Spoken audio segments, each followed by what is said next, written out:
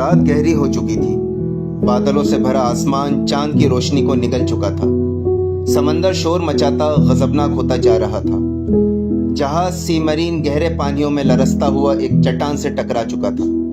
चीखो पुकार, भागदौड़, आहो बका, हर तरफ कयामत का मंजर था।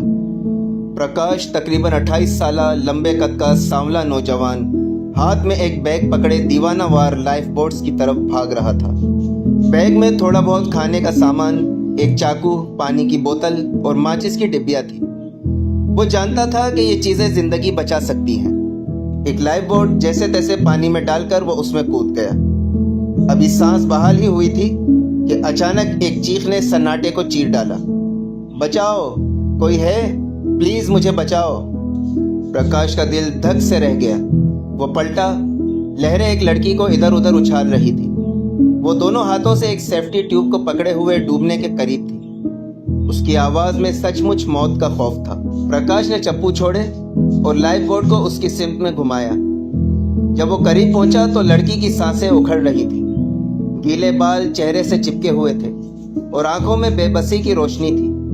हाथ दो। प्रकाश ने हाथ बढ़ाया। लड़की ने बमुश्किल उसका हाथ थामा।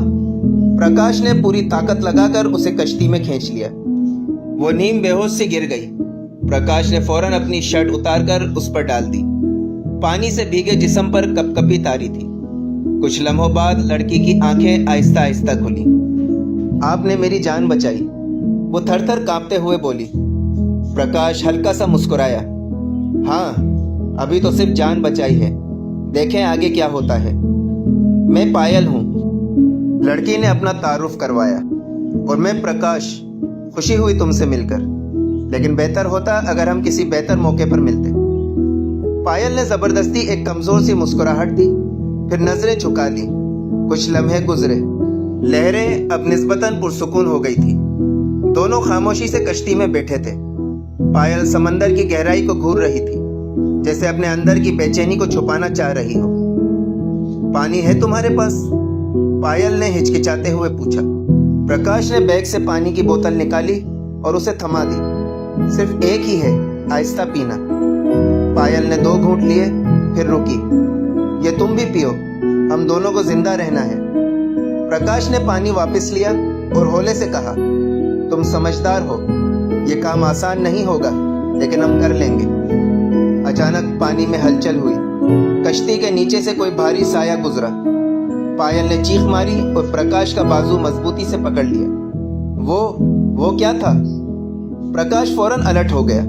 उसने पानी में झांका। नीचे एक बड़ी सी शार्क चक्कर लगा रही थी। पुरसुकून रहो, हरकत ना करना, वो आहिस्तगी से बोला, मगर उसकी अपनी सांसें तेज हो रही थी। शार्क ने एक चक्कर लगाया, फिर कश्ती की तरफ बढ़ी। प्रकाश ने चाकू निकाला। अगर ये हमारे करीब आई तो मैं कुछ न कुछ करूंगा। शार्क ने कश्ती के किनारे पर मुंह मारने की कोशिश की। पायल चीख उठी। प्रकाश ने फौरन चाकू से पानी में वार किया। शार्क का बदन हिला और खून पानी में फैल गया।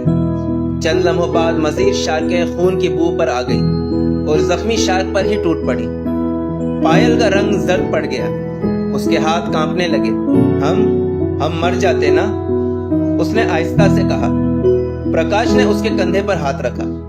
लेकिन मरे नहीं, इसका मतलब है कि जिंदगी अभी कुछ और चाहती है हमसे। पायल की आंखों में एक अनजानी सी चमक आई, जैसे वो इस अजनबी पर भरोसा कर सकती हो। कश्ती एक हल्के बहाव में किसी सिम बढ़ रही थी, लेकिन कहां, यह उन्हें नहीं मालूम था। सूरज की किरणें आंखों पर पड़ी तो प्रकाश ने आंखें खोली। वो अब भी कश्ती में था, मगर जमीन की खुशबू आ रही थी। किनारे पर रेत की महक और दरख्तों की हल्की सी सुरसुराहट, जैसे कोई नया जहां खुशामदीद कह रहा हो। पायल उठो, हम बच गए शायद। पायल जो कश्ती में नीम बेहोश पड़ी थी, प्रकाश की आवाज सुनकर हड़बड़ा उठी।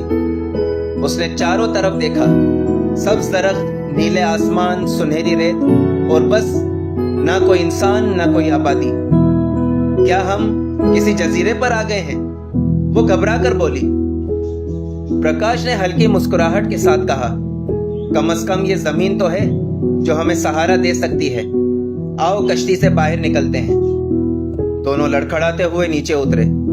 3 दिन के थकन ज़दा जिस्म, पानी की नमकीनी से चमकदार जिल्द और हवाओं से उड़ते बाल, वो दोनों अब कुछ और ही दिखाई दे रहे थे। वो जिंदा थे मगर तन्हा, 2 इंसान और एक नामालूम जजीरा।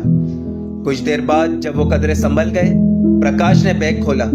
अब उनके पास एक आधी बोतल पानी, एक बिस्किट, चाकू, माचिस और थोड़ी सी उम्मीद बाकी थी। पहला कदम एक महफूज जगह बनाना है जहां हम रात गुजार सकें, प्रकाश ने कहा। पायल ने भी इस बात में सर हिलाया। चलो कुछ दरख्त देखते हैं, शायद उनकी शाखें, पत्ते और छाल हमारे काम आ सके। वो दोनों जजीरे के अंदरूनी इलाके की तरफ बढ़े। वहां कुछ दरख्त बहुत मजबूत और मोटे तने वाले थे। पायल ने हैरत से कहा, ये दरख्त, इनकी छालें काफी मोटी और मजबूत हैं। अगर हम इन्हें छीलें तो इनसे छत बन सकती है। प्रकाश ने चाकू से छाल काटनी शुरू कर दी। ये आसान नहीं था, लेकिन पायल भी हाथ बटाने लगी। दिन के इख्तिताम तक उन्होंने 2 छोटे हट बनाने के लिए दरख्तों की छाल, शाखें और बड़े पत्ते जमा कर लिए। दोनों ने अपनी अलग अलग झोपड़ियां तैयार की जो करीब करीब थीं, ताकि रात को भी एक दूसरे की खबर रख सकें। रात आई तो दोनों ने अपनी झोपड़ियों में बैठकर आसमान को देखा। ये सितारे कभी इतने करीब नहीं लगे जितने आज लग रहे हैं। पायल आहिस्तगी से बोली। प्रकाश ने जवाब दिया, जब इंसान के पास दुनिया की चमक दमक ना हो तो वो फितरत की रोशनी पहचानने लगता है। पायल मुस्कुराई। तुम बहुत फलसफी हो गए हो। प्रकाश ने हंसते हुए कहा, नहीं, बस थक गया हूं। दोनों ने माचिस की मदद से छोटा सा आग जलाया। उन्होंने बिस्किट आधे आधे किए और पानी के घूंट समेट कर पिए। वक्त का पहिया चल पड़ा। अगले चंद दिनों में उन्होंने जजीरे के मुख्तलिफ हिस्सों को तलाश किया। वहां खरगोश, लोमड़ियां और कुछ मछलियां दिखाई दी। प्रकाश ने एक नोकीला नेजा बनाया और शिकारी बन गया। पायल जड़ी बूटियों और फलों को जमा करती रही। एक दिन पायल ने एक खरगोश पकड़ने के बाद कहा, मुझे कभी ख्याल न था कि मैं जिंदगी में किसी जानवर को मारूंगी, लेकिन भूख इंसान से सब कुछ करवा लेती है। प्रकाश ने उसके कंधे पर हाथ रखा। ये जिंदा रहने की जंग है। तुमने बहुत हिम्मत की है। रफ्ता रफ्ता दोनों में एक अजीब सी बेतकल्लुफी आ गई थी। अब वो एक दूसरे से छुपते नहीं थे। सुबह साथ उठते, शाम को आग के गर्द बैठकर दिन भर के रुदात सुनाते। एक दिन पायल लकड़ियां चुनकर वापस आ रही थी कि उसका पांव फिसल गया और वो गिर पड़ी। प्रकाश ने दौड़कर उसे उठाया। तुम ठीक हो? पायल ने आंखों में आंसू लिए सर हिलाया। बस छोटी सी मोच आई है। प्रकाश ने आहिस्ता से उसका पांव थामकर दबाना शुरू किया। बस कुछ दिन आराम करो, मैं सब संभाल लूंगा। पायल ने पहली बार मुकम्मल खामोशी से प्रकाश को देखा। उसकी आंखों में शुक्रगुजारी और कुछ और भी था। शायद कुर्बत, शायद एतमाद, शायद मोहब्बत की पहली झलक। तुम मेरे लिए इतना सब क्यों कर रहे हो? वो आहिस्ता से बोली। प्रकाश ने उसकी तरफ देखा, फिर नीचे नजरें झुकाकर कहा, क्योंकि इस सुनसान दुनिया में तुम ही तो हो जो मेरी अपनी सी लगती हो। 2 हफ्ते गुजर चुके थे। पायल और प्रकाश के चेहरे धूप से सांवले हो चुके थे। होंठ खुश्क और जिस्म थका हुआ, लेकिन आंखों में अब भी जिंदगी की चमक बाकी थी। उन दोनों ने वीरान जजीरे में जिंदगी को अपने तरीके से ढाल लिया था। एक दिन सूरज खासा तेज था। पिछले 2 दिन से उनके पास पीने के लिए मीठा पानी नहीं था। जो बोतल बची थी वो 2 घूंट में खत्म हो चुकी थी। पायल ने मायूसी से कहा, प्रकाश, अगर 2 दिन और पानी ना मिला तो हम शायद बच ना सकें। प्रकाश ने आसमान की तरफ देखा। बादल का नामो निशान नहीं था। हमें जजीरे के अंदरूनी हिस्से में जाना होगा। शायद वहां कोई चश्मा या नदी हो। पायल ने सर हिलाया। वो दोनों आराम से उठे। प्रकाश ने लकड़ी का नेजा और चाकू साथ लिया। रास्ता मुश्किल था, कहीं घने दरख्त, कहीं कांटेदार झाड़ियां। पायल का पांव कई बार मुड़ा, लेकिन वो प्रकाश का हाथ थामे रही। 2 घंटे की तलाश के बाद अचानक एक छोटी सी पगडंडी पर कुछ नमी महसूस हुई। प्रकाश झुककर जमीन को छूने लगा। यहाँ कुछ तो है, शायद कोई चश्मा। वो दोनों दौड़ते हुए उस सिमत गए और बिलाखिर दरख्तों के पीछे एक छोटा सा चश्मा नजर आया, जिसका पानी पत्थरों से बहता था। पानी साफ, शफाफ और मीठा था। पायल झुककर प्यासे लबों से पानी पीने लगी। प्रकाश भी उसके साथ घुटनों के बल बैठ गया। पानी के बाद दोनों ने सुकून का सांस लिया। पायल ने कहा, यह पानी नहीं जिंदगी है, जैसे नई सांस मिली हो। प्रकाश ने जवाब दिया, और ये जजीरा अब हमें कम से कम मार नहीं पाएगा। उस रोज शाम को प्रकाश ने एक खरगोश शिकार किया। पायल ने कुछ जंगली जड़ी बूटियां और नरम पत्ते जमा किए थे। दोनों ने आग जलाई और मिलकर खरगोश की सफाई की। उसे सीख पर लगाया और आग पर सेकने लगे। पायल ने मसाले तो नहीं, लेकिन नमकीन पत्तों से गोश्त की खुशबू और जायका बेहतर बनाया। जैसे ही गोश्त तैयार हुआ, दोनों ने घास पर बैठकर खाना शुरू किया। प्रकाश ने पहला टुकड़ा पायल की तरफ बढ़ाया। ये तुम्हारे लिए, तुमने आज पानी ढूंढने में मेरी सबसे बड़ी मदद की। पायल ने वो टुकड़ा लिया, मगर खाने से पहले प्रकाश की तरफ देखा। और तुमने जो खरगोश पकड़ा वो मुझे जिंदगी बचाने के बराबर है। आज हम साथ जिंदा हैं, कल का पता नहीं। उन्होंने खामोशी से खाना शुरू किया। हर निवाला जैसे जिंदगी की शुक्रगुजारी था।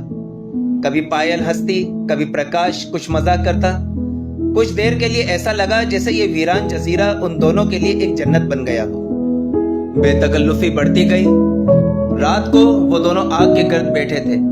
पायल ने प्रकाश की तरफ देखा।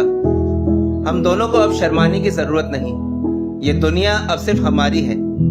प्रकाश ने मुस्कुराकर कहा, शुरू में तुम मेरी तरफ देखने से भी घबराती थी, और अब? पायल हंसकर बोली, अब मैं तुम्हें अपना सब कुछ मानती हूँ, दोस्त, मुहाफिज और शायद कुछ और भी। प्रकाश का दिल धड़क उठा। उसने पायल की आंखों में झांका। तो क्या हम इस तन्हा दुनिया में एक दूसरे की दुनिया बन सकते हैं?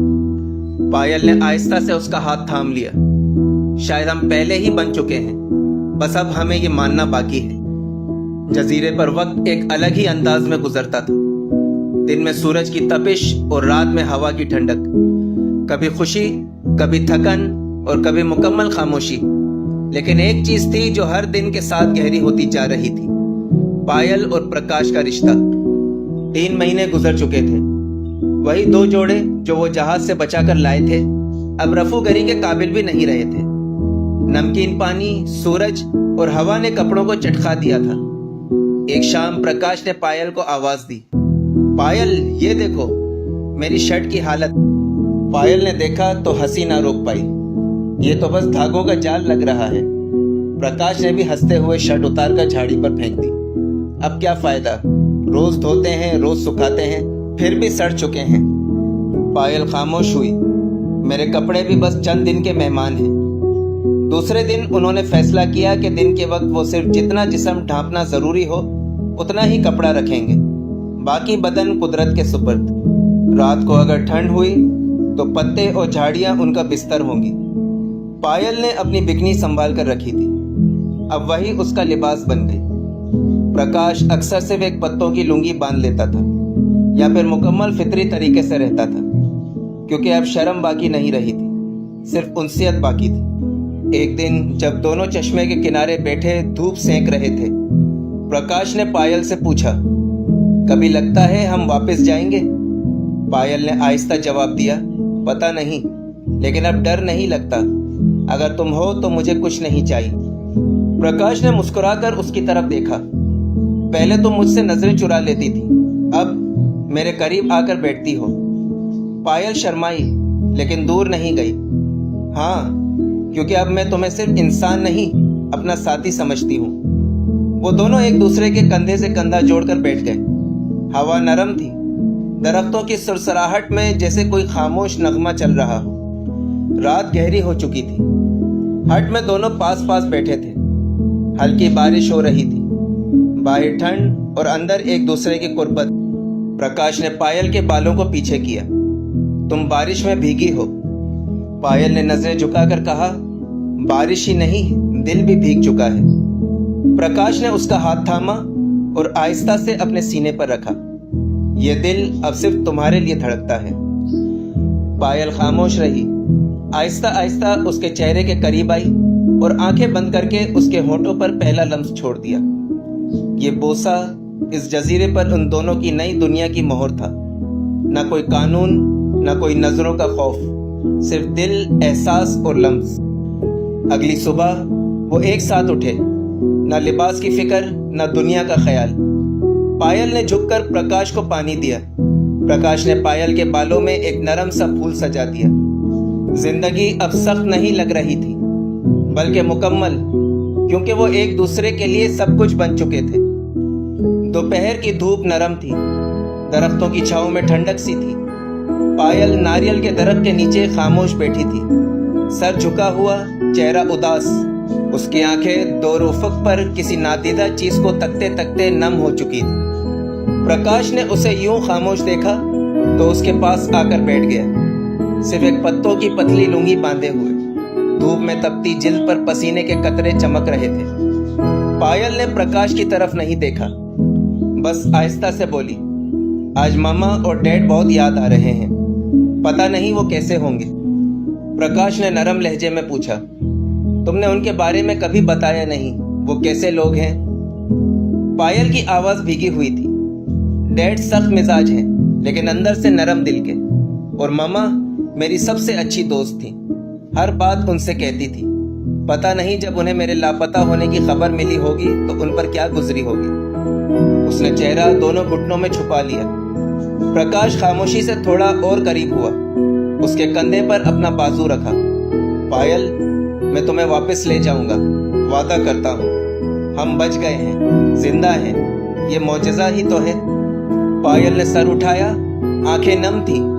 कब तक ऐसे ही रहेंगे, बगैर कपड़ों के, बगैर सहारे के? ये जजीरा अब कैद लगने लगा है प्रकाश। प्रकाश ने हल्का सा मुस्कुराकर कहा, और मैं, तुम्हें याद है पहली बार जब मैंने ये पत्ते बांधने शुरू किए थे तो तुम हंस हंस कर लोटपोट हो गई थी। पायल की आंखों में थोड़ा सा हंसी का अक्स उभरा। हाँ, वो दिन अजीब था, शर्म भी आती थी और हंसी भी, लेकिन अब कुछ भी अजीब नहीं लगता। तुम्हें कुदरती हालत में देखकर भी सब कुछ नॉर्मल सा लगता है। प्रकाश ने संजीदगी से कहा, तुम मेरे लिए अब सब कुछ हो। ये बेलिबासी, ये जंगली सी जिंदगी, अगर तुम साथ हो तो सब गवारा है। पायल ने प्रकाश के बाजू पर हाथ रखा। काश ये सब ख्वाब हो और कल हम माँ की गोद में उठ जाएं। लेकिन अगर ख्वाब नहीं भी तो भी मैं खुश हूँ कि इस मुश्किल सफर में मेरा साथी तुम हो। वो दोनों एक दूसरे की आंखों में देखते रहे, न शर्म न फासला। लिबास अब उनके बीच की दीवार नहीं थी, उनके जिस्म आजाद थे। दिल भी सिर्फ जज्बात की डोर थी जो हर दिन मजबूत होती जा रही थी। प्रकाश ने पायल के नम गाल को छुआ। तुम कभी अकेली नहीं हो पायल, ना यहाँ ना कहीं और। पायल ने आहिस्ता से अपना सर उसके कंधे पर रख दिया। बस इतना काफी है कि तुम मेरे साथ हो। जजीरे पर सर्दियों की आमद एक नई आजमाइश लेकर आई थी। दिन के वक्त धूप अब सुनहरी के बजाय धुंधलाई सी लगती और रातों को ठंडी हवाएं जिस्म के रोंगटे खड़े कर देती। पायल दोनों बाजू सीने पर लपेटे हट के बाहर एक चट्टान पर बैठी थी। वो बार बार अपनी सांसों को देखती जो धुंध में बदलकर हवा में गुम हो जाती। प्रकाश, अब बहुत सर्दी हो गई है, यह हट काफी नहीं, कुछ और करना होगा, उसने बेचैनी से कहा। प्रकाश, जो नारियल के पत्तों से कुछ लपेटने का काम कर रहा था, सर उठाकर बोला, मैं जानता हूँ रात को ये हवाएं हड्डियों में घुस जाती हैं। माचिस की आखिरी तीली भी आज सुबह खत्म हो गई है। पायल चौंक कर बोली, क्या? अब आग कैसे जलाएंगे? प्रकाश ने थोड़ा सा मुस्कुराकर तसल्ली दी, मैं चकमाक पत्थर ढूंढने जा रहा हूँ, इससे चिंगारी निकालकर आग जलाने की कोशिश करूंगा। वो पहाड़ियों की तरफ निकल गया और पायल हट को देखकर सोच में पड़ गई। दोस्तों, इस वीडियो का बकिया हिस्सा दूसरी किस्त में मुलाहिजा फरमाएं, और अगर वीडियो पसंद आई हो तो इसे लाइक करें, सब्सक्राइब करें, शेयर करें और पास में दिए गए बेल आइकन को प्रेस करें ताकि मेरी आइंदा आने वाली वीडियोस का नोटिफिकेशंस आप तक पहुंचती रहे। शुक्रिया। अल्लाह निगहबान।